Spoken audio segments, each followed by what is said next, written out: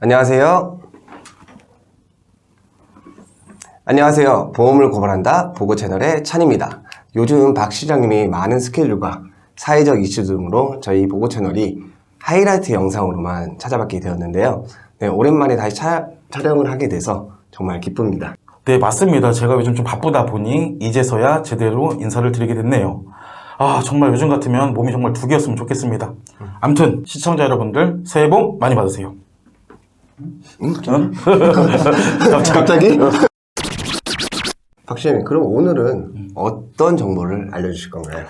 아마 시청자분들도 최근에 뉴스를 통해 가지고 많이 접하셨을 것 같은데요. 올해 3월 25일부터 시행되는 금융소비자보호법에 대해서 오늘은 말해보도록 하겠습니다. 이름만 들었을 때는 뭔가 소비자를 보호하는 그런 법 같은데 맞나요? 그렇죠. 쉽게 말하면 그렇게 설명드릴 수도 있을 것 같은데 좀 더 구체적으로 설명을 드리자면 소비자들의 금융상품에 대한 권리를 강화하는 법이라고 말할 수 있을 것 같습니다. 사실 지금은 금융회사들의 불공정한 행위들이 많더라도 일반 소비자들이 이에 대응할 수 없는 경우가 대부분이었죠. 그렇죠. 예. 아무래도 3월 달에 이 금융소비자보호법이 시행이 되면 이런 좀 불합리한 사례들이 많이 줄어들지 않을까 이렇게 예상을 해봅니다. 저는 잘 이해가 안 되는데 조금 더 구체적으로 한번 설명해 주실 수 있을까요? 네. 이 금융소비자보호법이라는 게 실은 내용도 많고 내용이 많이 어려운 부분들도 많이 있습니다. 그래서 이번 영상을 통해서 금융소비자보호법에 대해서 모든 내용을 담기에는 좀 한계가 있다고 판단이 돼가지고 오늘은 몇 가지만 좀 설명을 드려볼 테니까 잘 들어보시기 바랍니다. 이번 금융소비자보호법은 모든 금융상품에 대해서 똑같이 소비자들에게 청약 철회권과 위법 계약 해지권에 대한 권한을 부여를 합니다. 첫 번째 청약 철회권이라는 거는 계약일로부터 일정 기간 내에 소비자가 금융상품 계약에 대해서 철회를 하는 경우 그 금융회사는 소비자에게 이미 받은 금전이나 재화 즉 돈이 되겠죠. 반환을 해야 됩니다. 그리고 두 번째 위법계약 해지권은 금융회사가 6대 판매 원칙을 위반해서 해당 상품을 판매를 한 경우 소비자는 최대 5년 이내에 해당 계약에 대한 해지가 가능하다는 얘기입니다. 여기서 조금 오해하지 말으셔야 될 부분이 통상적으로 해지를 하면 이제 내가 손해보고 해지한다고 생각들을 하잖아요. 여기서 말하는 해지라는 건 기납입한 보험료 반환이 된다는 얘기입니다. 개념적으로 무슨 말인지는 이해는 되는데요. 보험에 적용했을 때 그렇죠. 이게 중요한 게 어떻게 보험이죠. 적용이 되는 거고 소비자들이 어떻게 조치를 취할 수 있는 건가요? 예, 충분히 그렇게 생각할 수 있다고 판단됩니다. 그럼 내용을 좀 좁혀가지고 보험에 한해서만 좀 설명을 드려보도록 하겠습니다. 실은 이 청약 철회권이라는 게 보험에서 현존하는 제도입니다.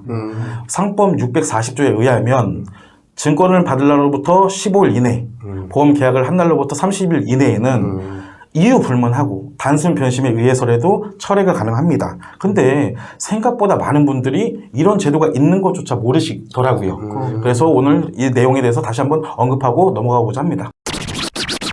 철회가 계약하고 나서 그러면은 15일? 아니면은 뭐 가능하다는 거예요? 아니면은 뭐 30일 이내에 이게 가능하다는 헷갈릴 수 있는데 여기서 키포인트는 증권을 언제 받았냐입니다.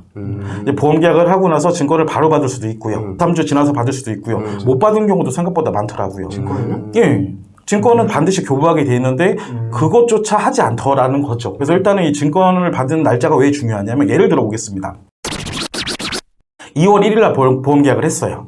근데 그 다음날이 2월 2일 날 증권을 받았어요. 그러면 이런 경우는 2월 2일 날 증권을 받았기 때문에 2월 17일 안에 청약 철회 요청을 해야 되는 겁니다. 계약일로부터 15일 이전에 받았느냐 이후에 받았느냐가 가장 중요한 포인트입니다. 그래서 15일 이전에 받은 분은 그 증권 받은 날로부터 15일 이내에 청약 철회를 해야 되고 15일 넘어서 증권을 받은 분들은 가입일로부터 30일 이내에 청약 철회를 해야 된다는 얘기입니다. 결국 이해되시나요? 결국 2주인 거네요, 기준은. 2주인데 그러니까 이럴 수 있어요. 만약에 증권을 아예 못 받았어요. 그 사람은 이제 증권을 못 받았기 때문에 가입일로부터 30일이 되는 거죠. 그러니까 지금 찬희 씨가 물어본 거는 15일이냐 30일이냐를 물어봤기 때문에 그 포인트는 증권을 언제 받았냐를 기점으로 한다는 얘기입니다. 이어서 위법 계약 해지권에 대해서 좀 설명을 드려보도록 하겠는데요. 제가 보기에는 이번 3월 25일에 시행되는 금융소비자보호법 내용 중에 가장 실효성 있는 내용이 아닐까 저는 개인적으로 그렇게 생각을 하고 있습니다.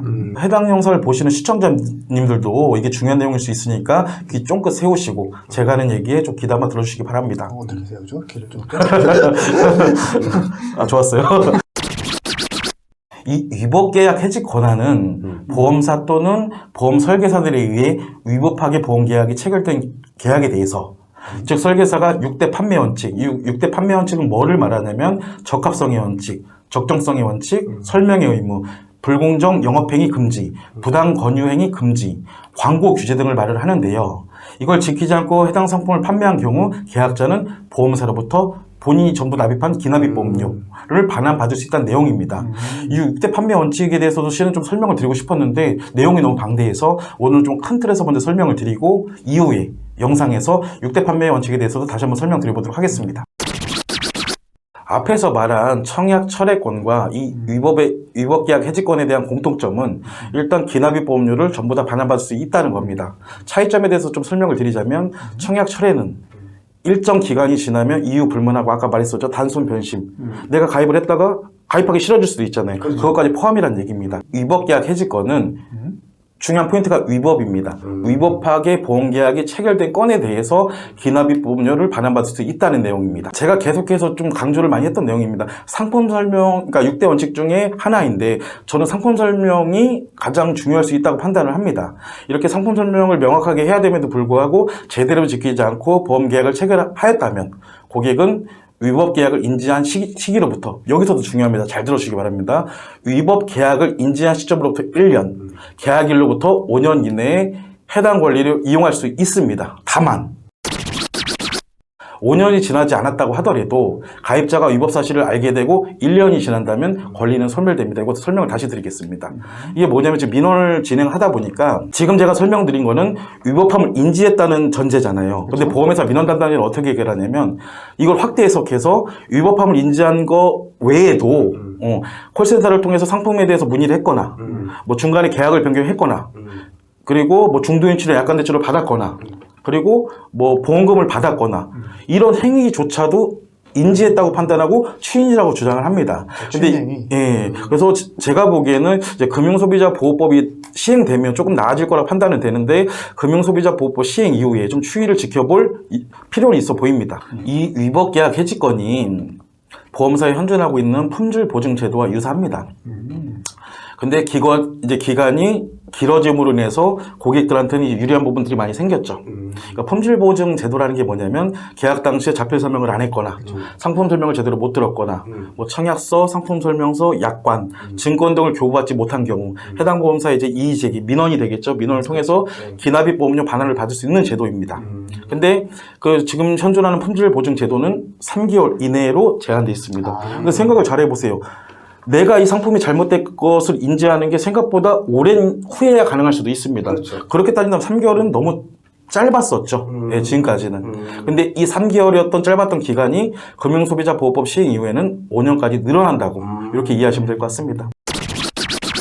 과거에 있었던 그런 불안전 판매 행위에 대해서도 소급 적용이 되는 건가요? 제가 안 그래도 이 부분 때문에 이제 저희 로펌의 변호사님들이 많이 계시지 않습니까? 변호사님들마다 찾아다니면서 이제 여쭤봤습니다. 근데 애석하게도 기존 계약에 대해서까지 소급 적용 받기는 어려울 것으로 보입니다. 왜냐하면 새로운 법안이라는 게 발의가 되면은 통상적으로 이전 것들까지 소급하지는 않는 경향들이 있더라고요. 꼭 금융소비자법이 아니더라도 새로운 법안이 발의됐을 때 이전 것들까지 소급하지는 않더라고요. 그렇게 이제 금융소비자법 시행 이후에 체결되는 계약들은 이 금융소비자보호법에 적용을 받을 수 있겠지만 이전에 가입한 계약들에 대해서는 시행된 이후에 좀 더 추이를 봐야 될 것 같습니다. 근데 하나 좀 제 개인적으로 긍정적인 건 있습니다. 제가 지금 2년째 보험회주 환급 관련돼서 계속해서 진행을 하고 있지 않습니까? 요즘 민원에 대해서 일단 수용률이 많이 높아지고 있습니다. 그리고 이제 저희 진성 변호사님께서 작성한 서면 있지 않습니까? 서면의 내용, 그러니까 저희가 서면을 이제 민원으로 제기를 하는 경우 그 서면 내용을 꼼꼼히 보시는 민원 담당자들이 많이 늘어나고 있습니다. 이게 뭐냐면 이게 아무리 변호사님께서 논리나 법리나 판례 등을 근거로 작성을 하더라도 예전에는 특정 보험사들은 그것조차 제대로 검토해보지 않고 불수용하기 바빴습니다. 근데 요즘은 민원을 제기하면 저희 사무실로 연락이 오더라고요. 그래서 저도 통화하고 변호사님 통화하고 좀 디테일한 얘기들을 주고받습니다. 결국은 서면에 대한 내용은 좀 더 정확하게 인지하고 연락한다는 느낌을 요즘 많이 받고 있습니다. 혹시 보고 채널 때문은 아닐까요? 뭐 영향이 아예 없긴 하지 않겠습니까? 설령 금융소비자보호법 시행 이후에 이전 계약들에 대해서 소급 적용이 안 된다 하더라도 금융소비자보호법이 왜 시행이 됐을까요? 를 생각한다면 분명히 영향을 받아야 된다고 생각을 합니다. 그렇기 때문에 앞으로 모든 법들이 그렇더라고요. 법이 시행됨으로써 그대로 가는 게 아니라 중간에 변화되는 부분도 많이 있습니다. 충분히. 그래서 앞으로 좀 추이를 지켜보면서 만약에 부당하다고 느끼는 내용들이 있다면 저희 진성도 계속해서 목소리를 높이도록 하겠습니다.